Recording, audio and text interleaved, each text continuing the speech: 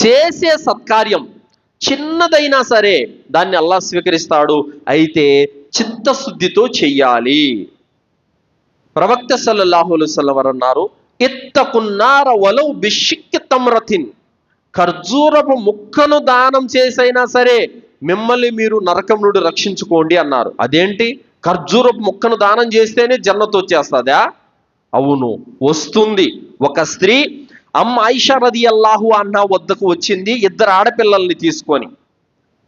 అమ్మ ఆయిషా రదియల్లాహు అన్హా వారు 3 ఖర్జూరాలు ఇచ్చారు. ఖర్జూరాలు ఇస్తే ఆ పిల్లకు ఒక ఖర్జూరం ఇచ్చింది, ఈ పిల్లకు ఒక ఖర్జూరం ఇచ్చింది. ఇక ఆమె కూడా తిందామని నోట్లో వేసుకోబోతే ఆ పిల్లలు ఇద్దరు చేతులు చాచారు అమ్మా అని.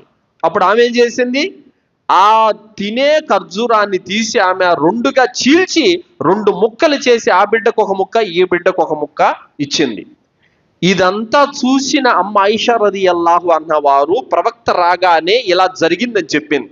చెప్పగానే ప్రవక్త సల్లల్లాహు అలైహి వసల్లం వారు ఆ స్త్రీ గురించి విని ఆశ్చర్యపోయారు. అప్పుడు అన్నారు ప్రవక్త గారు, ఎవరైనా సరే ఆడపిల్లలు కలిగినటువంటి వారు తమ బిడ్డలను చక్కగా పోషించి మంచి మర్యాదలు విద్యాబుద్ధులు నేర్పితే గనక, వారిని సంరక్షిస్తే గనక అలాంటి ఆడపిల్లలే రేపు నరకం నుండి రక్షిస్తారు అని చెప్పారు. అప్పుడు ఆ స్త్రీ స్వర్గ శుభవార్త వినింది. దేనితో? ఖర్జూరపు ముక్కతో.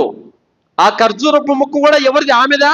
అమ్మ ఆయిషా రదియల్లాహు అన్హా వారి దానం చేస్తే వచ్చింది. అంటే చిన్న ఖర్జూరపు ముక్కతోనే స్వర్గ శుభవార్త వినిందంటే అల్హమ్దులిల్లాహ్, ఇఖ్లాస్, చిత్తశుద్ధి అలాంటిదన్నమాట.